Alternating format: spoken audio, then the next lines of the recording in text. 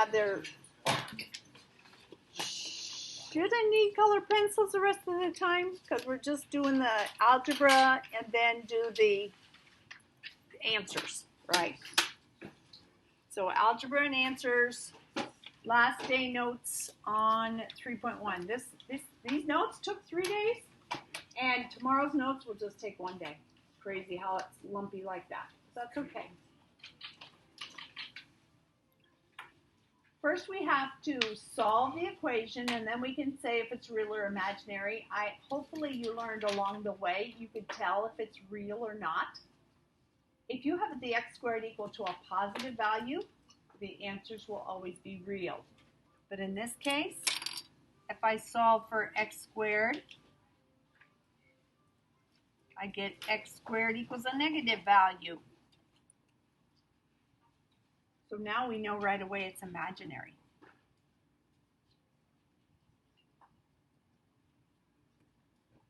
Remember, you can't have just one imaginary solution. It's either 2 real, 1 real, or 2 imaginary solutions. When you take the square root of both sides, x is a positive and a negative, I, and the 6 doesn't have a, doesn't have a solution, or like a simplified root. It's already simplified. And I was helping some students individually, and if this would have come out a whole number, you would put that in front of the I. But since it's the root, the I lives before the root symbol, okay? Kind of nitty gritty, you know mathlish. It's always asking you to come up with the right order of things so everybody understands. Okay, number 9 is a little more complicated algebra, but boils down to taking the square root once I distribute. Those parentheses are just pretty. Now I'm going to move the x squareds together by subtracting.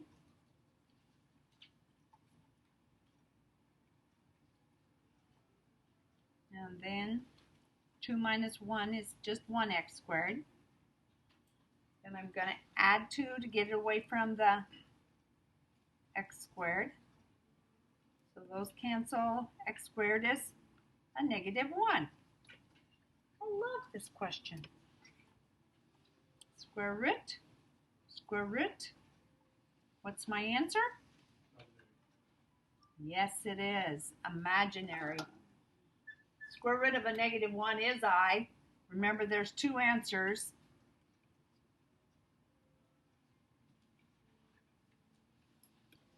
And no, like, square root of 24 or anything like that. There's nothing. All there is I. But there's always 2 answers, right? You take a square root, you always have 2 answers. So just to honor this situation, how do I know it's 2 answers? Well, if I take I and square it back, I should get a negative 1. I squared is a negative 1. That's the definition of I, right? I squared equals negative 1.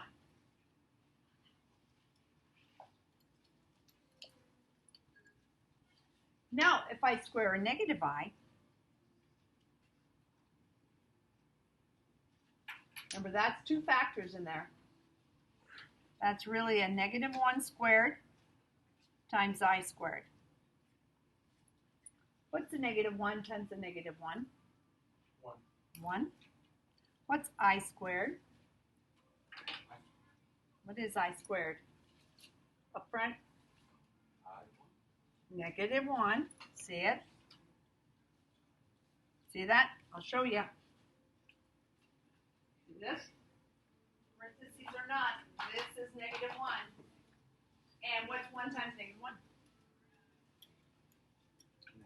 Negative 1 again. Yep, there you go. so I squared was a negative 1, and negative I squared is a negative 1. It's the truth. Interesting, huh? Crazy. Wow. That's why you needed 2 answers. When you take the square root of a number, you always have 2 possible answers. All right? Unless it's 0, of course. That's the one real answer, isn't it? Okay, here we have a carpenter minding his own business, and then he dropped his hammer from a rooftop of 48 feet above the ground. They want to know how long it took the hammer to hit the ground so they can estimate, the insurance costs or whatever, okay? Up here, the equation for a falling object, this is gravity. I don't know if you guys are science guys, if you're into science, like science is your cup of tea, you would have seen this before.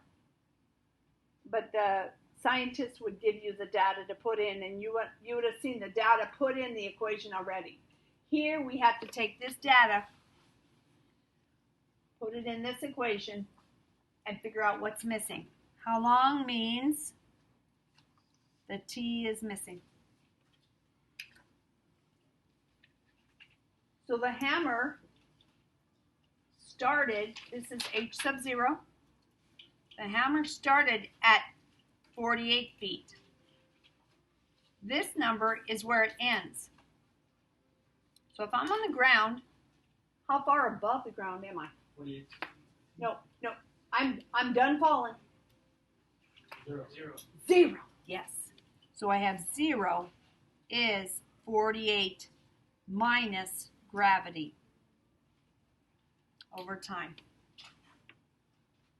Where it comes from. Crazy, huh?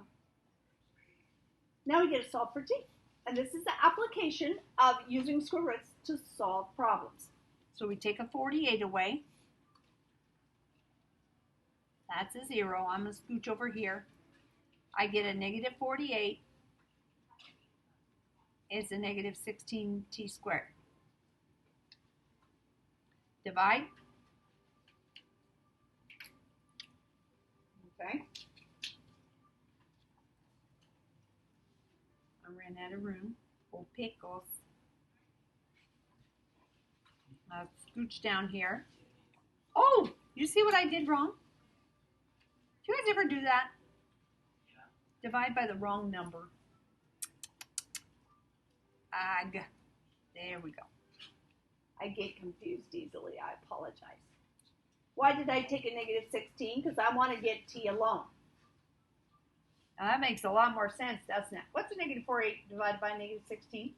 3. 3. Now, if your boss asks you, how long did it take that hammer to fall? Would you answer square root of 3 seconds?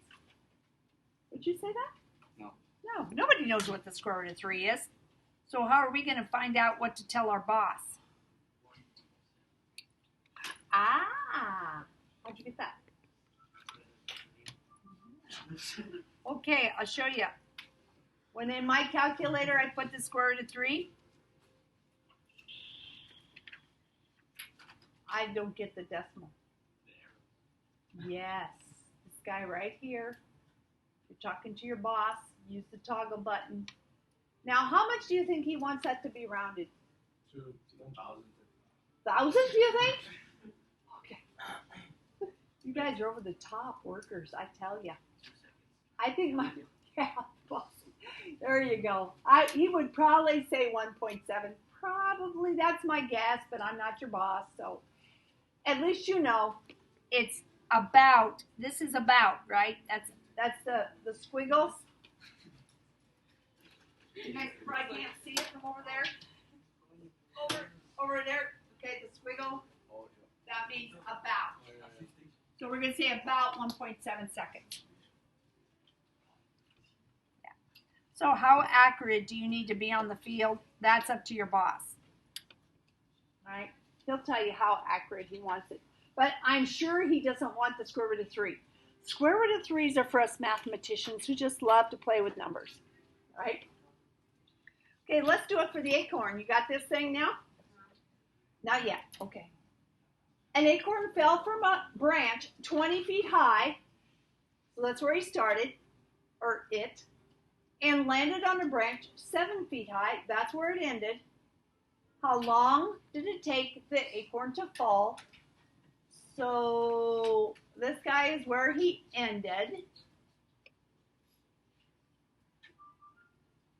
H sub 0 is always where you start. And negative 16t squared is gravity. That's the pull of gravity on an object. So who's going to fall faster, the hammer or the acorn? Acorn. It'll fall faster? The hammer's heavier. So he has an advantage. But if you had the same weight of acorns in a bag as the hammer, they both fall at the same rate. But in this case, yeah, the acorn should take longer to fall. So let's find out. Negative 20, negative 20. Negative 13 is a negative 16t squared. I'll try to divide by the right number again. There we go. So my t squared, negative divided by negative is positive, 13 over 16. Again, you put that in your calculator and you get a square root of 13 over 4. I didn't mention this earlier, sorry. I'm only using positive square roots because that's time. The only time you use a negative time is if you're counting down to blast off a rocket ship. Otherwise, time is positive. That's why we didn't use both answers. Okay? What is the decimal for? Square root of 13 over 4. It's about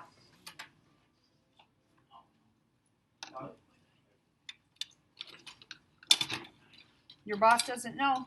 I heard 0.9. That's what I saw. Okay, check it out. You guys trust and verify, right? You know how to put it in to get it out. Okay. There's that. Okay? And we've been done with the notes. So help yourself to the homework.